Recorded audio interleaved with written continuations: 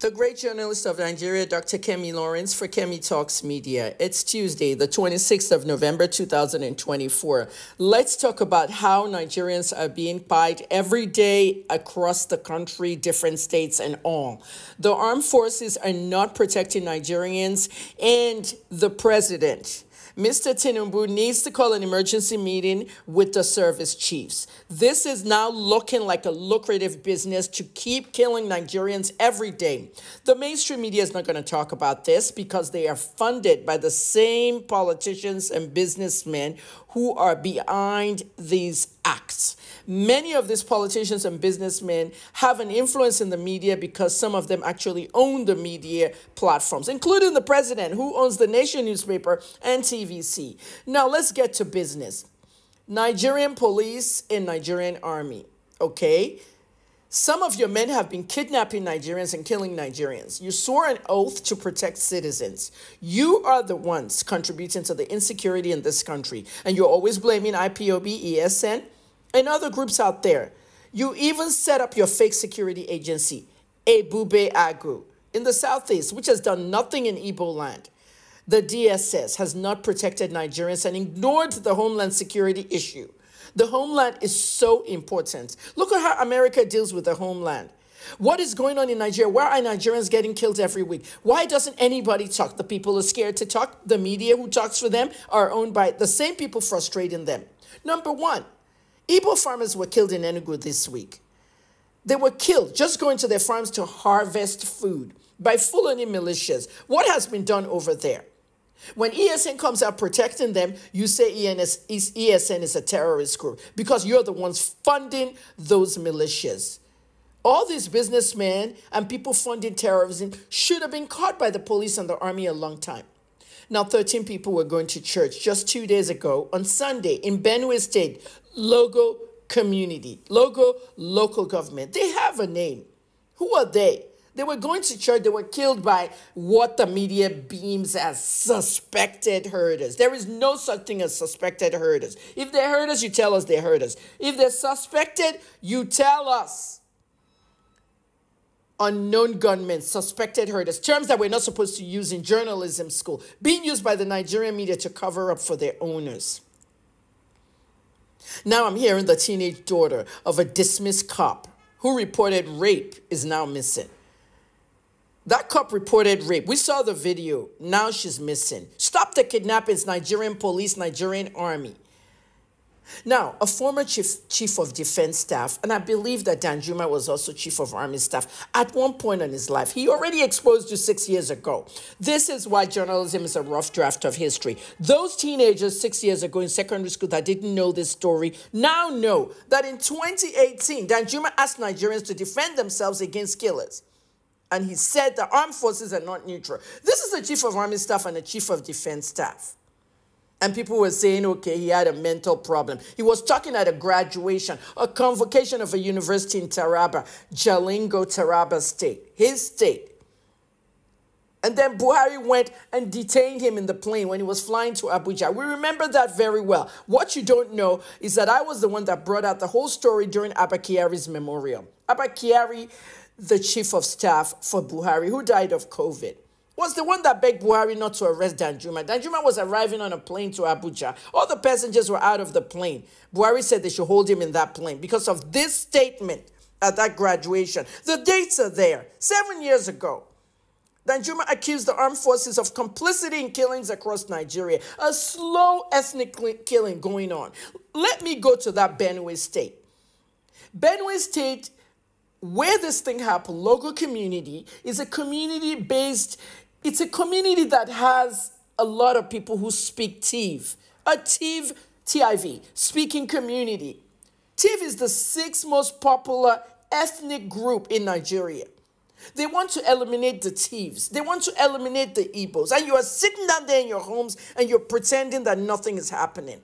What did Danjuma say 7 to 8 years ago? That the military and the police are the ones killing people across Nigeria. 7, 8 years later, we're still sitting out here acting as if they're doing any work. It is a big lucrative business. And we can't call international agencies all the time. All we need to do, okay, is to continue complaining to General Musa, General Abubakar. Speaking about General Abubakar, Air Marshal Abubakar has not told us what happened last week in Faskari local government in Katsina State. The Nigerian Air Force dropped a bomb on top of Faskari local government. Several people were killed, scores of people. They have a name. General Abubakar, what happened when the Air Force dropped this bomb on this innocent community? This is a lucrative business, and you guys need to stop and get hold of Nigeria. President Tinubu, you need to have an emergency security chiefs meeting. If I let that country, everybody will be fired. We cannot keep saying this all the time. Fire, fire, fire. Stop the ethnic cleansing. Disguise the security agencies. Stop killing Nigerians. Stop killing the Igbos. Stop killing the Tiv. Stop killing Nigerians. My name is Dr. Kemi. I'm a Nigerian-American investigative journalist, among other things. It is time you stop killing us as Nigerians. We will stand up for our rights and we'll let you know. If the United States Armed Force dropped a bomb on a community, everyone that died in the community, their photographs in a collage will make the 7 o'clock news.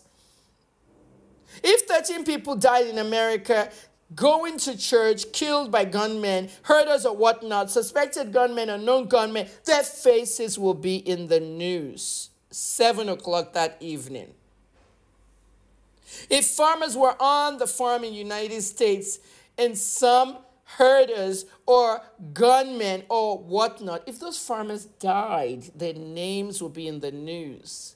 Nigeria doesn't care about its people. Nigerian Armed Forces doesn't care about its people.